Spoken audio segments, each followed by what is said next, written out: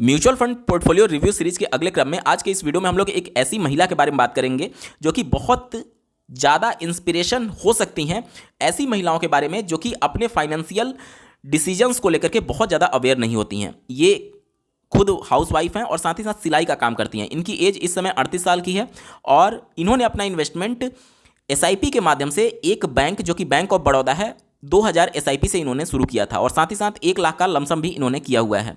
अब यहाँ पर इनको ये पता चला कि जब ये बैंक के माध्यम से इन्वेस्टमेंट की तो रेगुलर प्लान इनको दिया गया। नो डाउट जब भी आप बैंक के माध्यम से इन्वेस्टमेंट करते हैं तो रेगुलर प्लान ही आपको देखने को मिलता है, लेकिन रेगुलर प्लान में जो रिटर्न है वो 1 से 1.5% आपको कम देखने को मिलेगा डायरेक्ट प्लान से। तो अगर आप 10 साल 15 साल 20 साल इन्वेस्टमेंट करना चाहते हैं और अगर आपका अच्छा खासा इन्वेस्टेड अमाउंट है तो लॉन्ग टर्म में आपको लाखों का और इवन करोड़ों तक का नुकसान हो सकता है अगर 1 से 1.5% आपको कम रिटर्न मिले। तो सेम प्लान में आप 1 से 1.5% रिटर्न क्यों लें? इससे अच्छा ये है कि आप रेगुलर प्लान से डायरेक्ट प्लान में स्विच हो जाएं। इस वीडियो में हम लोग बात करेंगे कि कैसे रेगुलर से डायरेक्ट प्लान में स्विच हुआ जाता है और स्टार्टिंग में क्या क्या गलतियां की जाती हैं, उन सभी चीज़ों को भी यहाँ पर हम लोग डिटेल में कवर करने वाले हैं।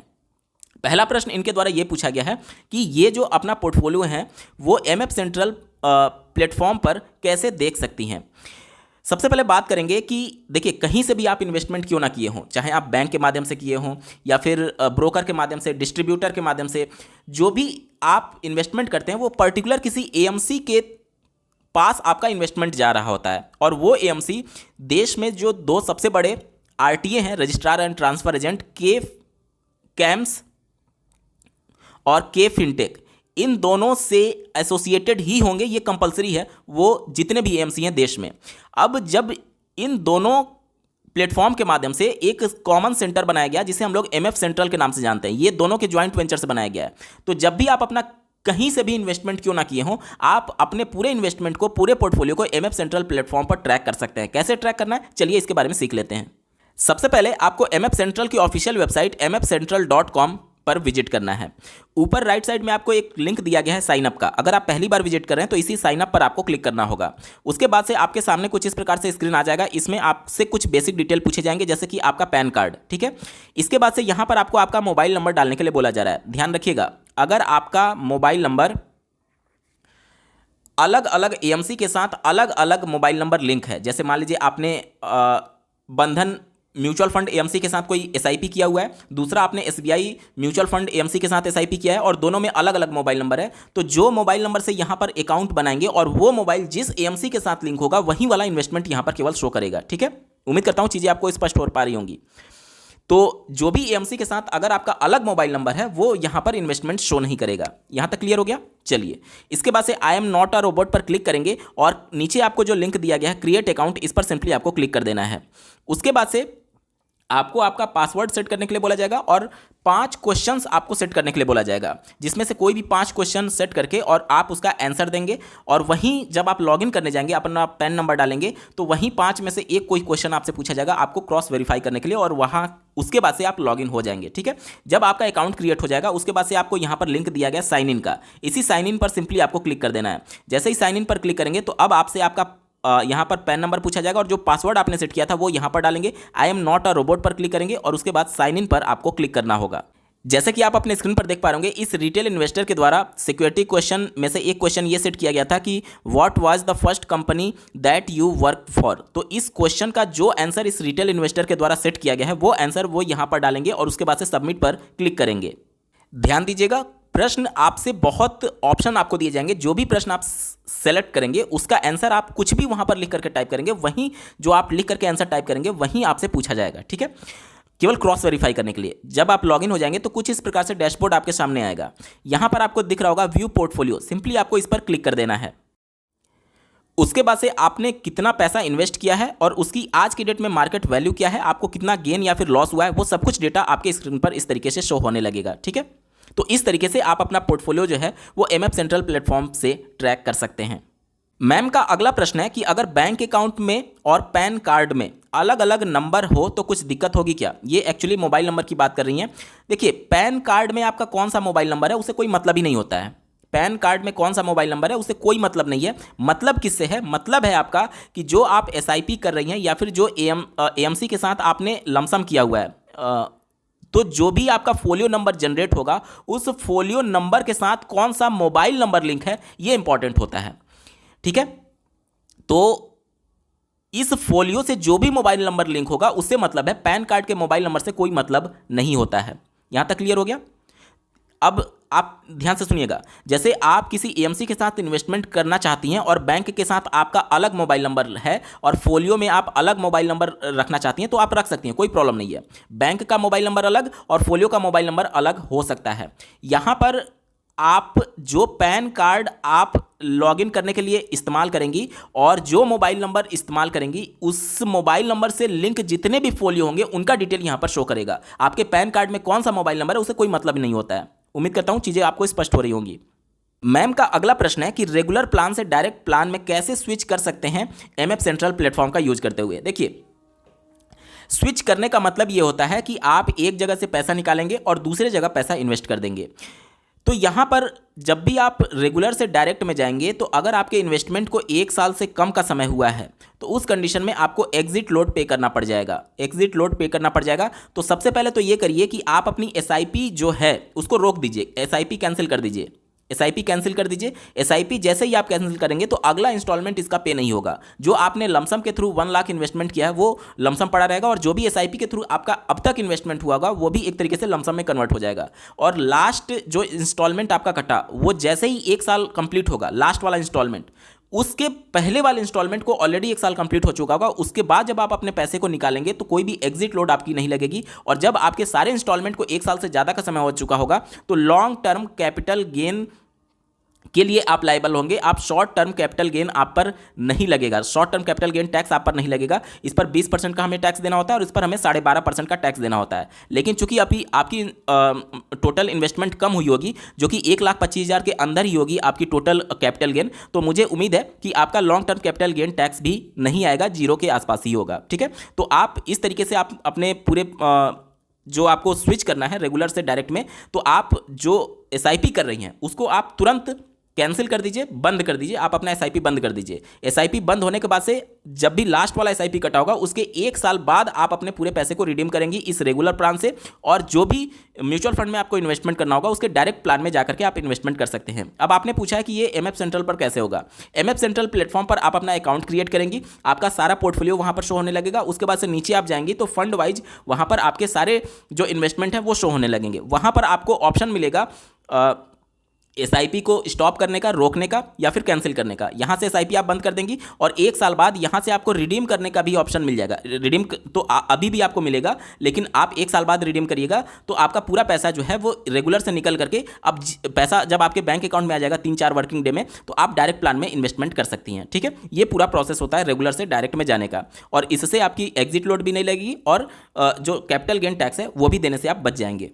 अगला मैम का प्रश्न है कि 15,000 की ये एसआईपी करना चाहती हैं जिसमें 10,000 की जो एसआईपी होगी वो 20 साल बाद ये रिटायरमेंट के लिए यूज करना चाहती हैं और 5,000 की जो इनकी एसआईपी होगी वो 12 से 15 साल बाद इनको लड़के की शादी करनी है उनके लिए यूज करना चाहती हैं।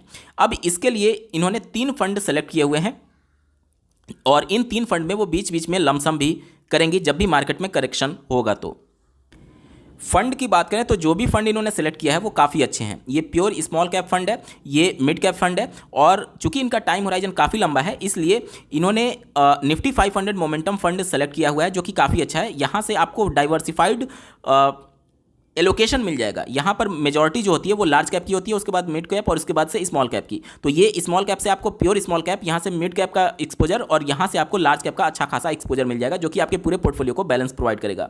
लेकिन चूंकि आपका टाइम होराइजन काफ़ी लंबा है और आप गिरावट में लमसम करने के लिए भी कह रही हैं, तो उस कंडीशन में चूंकि आपने जो फंड लिया है निपॉन इंडिया फंड काफ़ी अच्छा है लेकिन यहाँ पर लमसम अलाउड नहीं है, तो इसके साथ आपको एक ऐसा फंड भी रखना होगा जिसमें लमसम अलाउड हो। ठीक है, तो अगर मैं निपॉन के साथ अगर आप चाहें तो क्वांट स्मॉल कैप को भी यहाँ पर जगह दे सकती हैं। ठीक है, तो स्मॉल कैप कैटेगरी में आप 2 फंड ले सकते हैं, पहला निपॉन इंडिया स्मॉल कैप और दूसरा जो फंड है स्मॉल कैप कैटेगरी में वो क्वांट को आप कंसीडर कर सकते हैं, क्वांट स्मॉल कैप। बाकी अगर बात करें हम लोग टाटा की बात करें तो वहाँ पर भी आपका लमसम अलाउड नहीं है। इसके अलावा आप एसबीआई को कंसीडर कर सकती हैं, एसबीआई स्मॉल कैप, लेकिन उनका परफॉर्मेंस 1 साल 3 साल 5 साल के ट्रैक रिकॉर्ड में अपने बेंचमार्क को बीट नहीं कर पा रहा है। हालांकि सिंस इंसेप्शन रिटर्न देखेंगे तो 25% से ज़्यादा का रिटर्न है, लेकिन कई बार रिटेल इन्वेस्टर देख करके घबराने लगते हैं कि ये रिटर्न नहीं दे रहा है। इस वजह से हालांकि अगर आप उसको कंसीडर करेंगे तो बहुत अच्छा फंड है, ठीक है। एसबीआई स्मॉल कैप भी आप कंसीडर कर सकते हैं या फिर क्वांट स्मॉल कैप। ये फंड थोड़ा ज़्यादा वोलेटाइल होगा और इससे कम वोलेटाइल या फिर ज़्यादा stable SBI small cap fund है, ठीक है। तो जो टोटल आप यहाँ पर 5000 टोटल निपॉन इंडिया को स्मॉल कैप को देना चाहती हैं, यहाँ से आप 3000 इसको कर दीजिए और 2000 इसको कर दीजिए, और जब भी मार्केट में करेक्शन होगा तो आप क्वांट स्मॉल कैप में लमसम अलाउड है, आप यहाँ पर लमसम कर सकती हैं, ठीक है। तो इस तरीके से स्मॉल कैप के 2 फंड आप रख लीजिए। मिड कैप की बात करें तो मिड कैप में मोतीलाल ओसवाल बेहतरीन फंड है, लेकिन इनका जो इन्वेस्टमेंट स्ट्रेटजी है वो फोकस्ड है। इनके पोर्टफोलियो में अगर आप देखेंगे तो 26 स्टॉक ही केवल शामिल है। तो नो डाउट आज ये बहुत अच्छा रिटर्न बना करके दे रहा है, लेकिन कल को क्या सारे स्टॉक चलेंगे, इस बात की कोई भी गारंटी नहीं होती है। इस वजह से आपके पोर्टफोलियो में एक ऐसा फंड होना चाहिए जो कि थोड़ा सा डाउन साइड प्रोटेक्शन आपको ज़्यादा प्रोवाइड करे। तो एक और फंड मैं आपको सजेस्ट करना चाहूँगा, हालांकि मैं कोई रिकमेंडेशन या फिर सजेशन नहीं है, सिर्फ और सिर्फ एजुकेशन पर्पज के लिए वीडियो बनाई गई है, ठीक है। तो इसे रिकमेंडेशन के तौर पर मत लीजिएगा, अपना खुद का रिसर्च और अपने एडवाइजर से सलाह जरूर ले लीजिएगा। तो चौथे फंड के तौर पर एचडीएफसी मिड कैप को आप कंसीडर कर सकती हैं। यहाँ पर आप मोतीलाल ओसवाल में आप 3000 दे सकती हैं और बाकी का एचडीएफसी मिड कैप में आप 2000 एसआईपी कर सकती हैं। इसके बाद अगला जो फंड आपने लिया है बंधन निफ्टी 500 मोमेंटम 50, यहाँ से लार्ज कैप का अच्छा खासा आपको एक्सपोजर मिल जा रहा है। तो इस फंड को आप 3000 यहाँ पर कर सकती हैं, और मिड कैप कैटेगरी का एक मोमेंटम फंड अगर आप शामिल कर लें तो पूरा पोर्टफोलियो जो है वो काफ़ी अच्छा हो जाएगा आपका। यहाँ से 5वां जो फंड होगा वो आपके में निपॉन हो चुका है, मोतीलाल हो चुका है, बंधन हो चुका है, एचडीएफसी हो चुका है, क्वांट हो चुका है। तो अगर आप चाहें तो एडलवाइज का या फिर टाटा का, जो भी आपको ठीक लगे, एडलवाइज या फिर टाटा,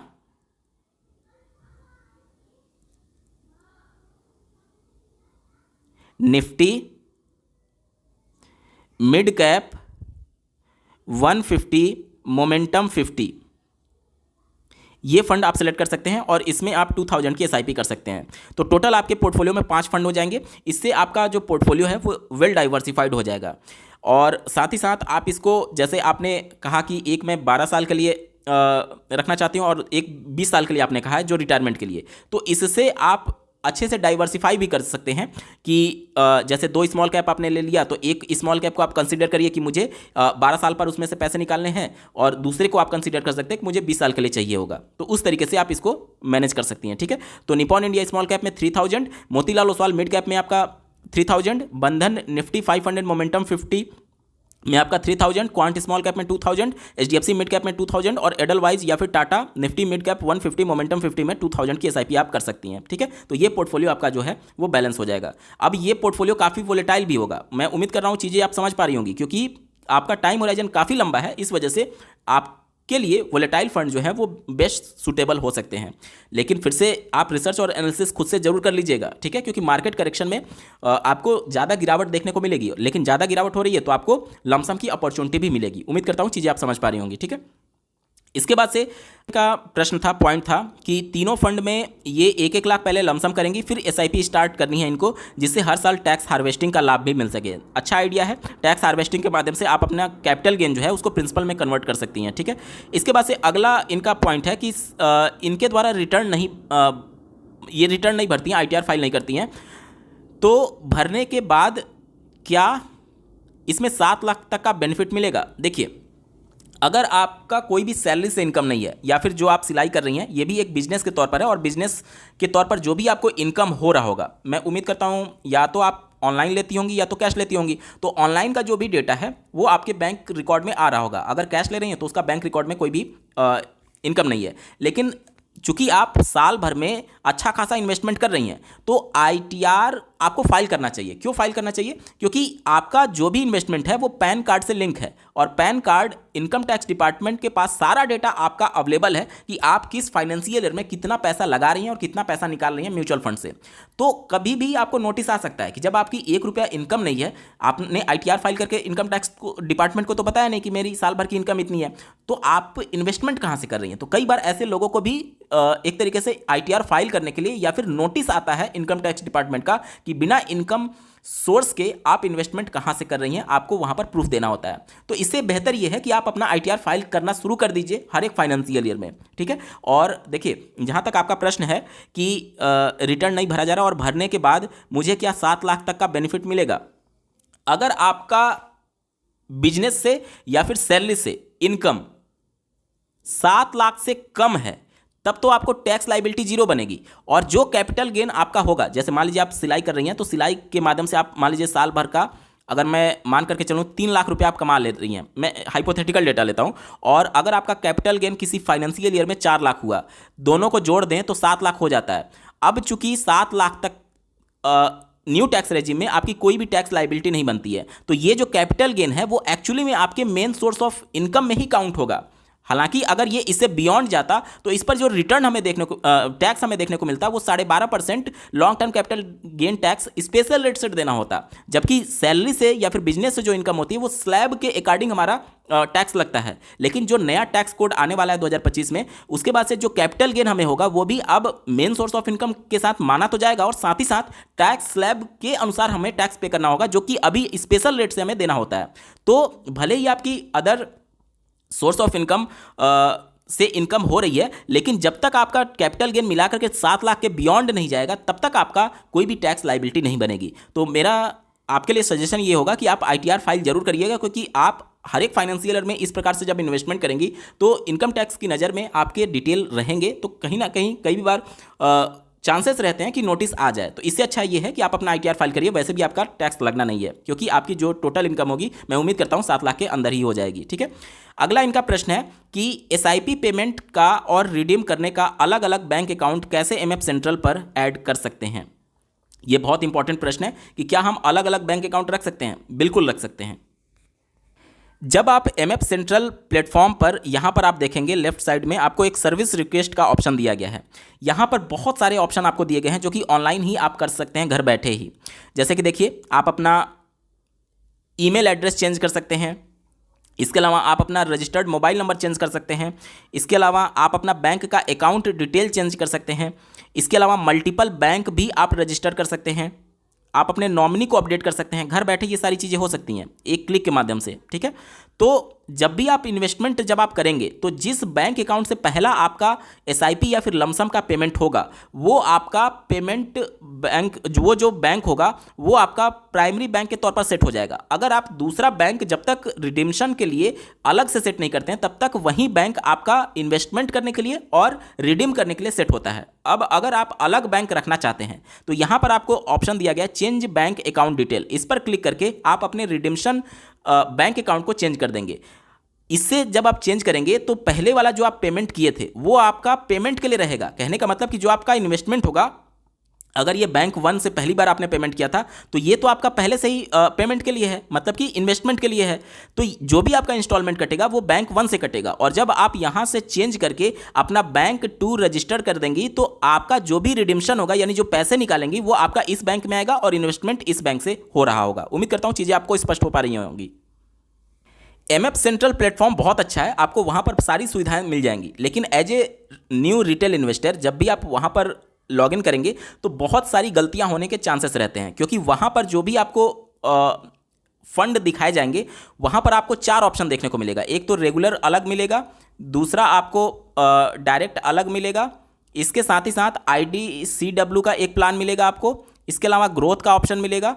तो ये सारी चीज़ें देख करके आप कन्फ्यूज हो जाएंगे, और इस कन्फ्यूजन से बचने के लिए आप ग्रो एप्लीकेशन का यूज कर सकते हैं। ग्रो एप्लीकेशन एक ऐसा एप्लीकेशन है जो कि आपको सिर्फ डायरेक्ट प्लान ही सजेस्ट करेगा, डायरेक्ट प्लान ही आपको ऑप्शन देगा इन्वेस्टमेंट करने के लिए। तो आप अपना इन्वेस्टमेंट जो है वो ग्रो के माध्यम से कर सकते हैं। और साथ ही साथ ये देखिए, कोई भी रिकमेंडेशन या फिर सजेशन नहीं है, लेकिन रिटेल कस्टमर के मामले में ग्रो जो है वो नंबर 1 पर है एक्टिव क्लाइंट के मामले में, ठीक है। इस वजह से, और यहाँ पर जो भी प्लान आपको मिलेंगे वो डायरेक्ट ही मिलेंगे। आप अगर MF सेंटर पर जाएंगे और गलत क्लिक हो गया तो आप डायरेक्ट में जा सकती हैं या फिर IDCW में जा सकती हैं, जिसकी वजह से आपको फिर से वहीं से प्रॉब्लम फेस करना पड़ जाएगा।